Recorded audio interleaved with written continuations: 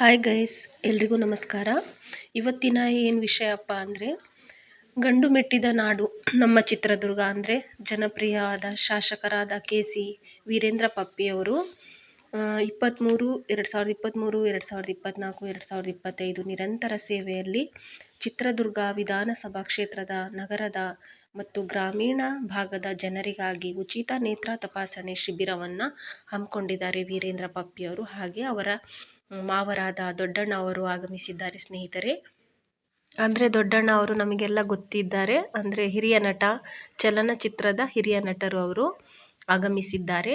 ಎಲ್ಲರೂ ಯಾರ್ಯಾರಿಗೆ ಏನೇನು ಕಣ್ಣಿನ ದೃಷ್ಟಿ, ದೂರದೃಷ್ಟಿ ಇದೆಯೋ ಎಲ್ಲರೂ ಹೋಗಿ ಒಂದು ಸಲ ಚೆಕಪ್ ಮಾಡಿಸ್ಕೊಳ್ಳಿ ಸ್ನೇಹಿತರೆ.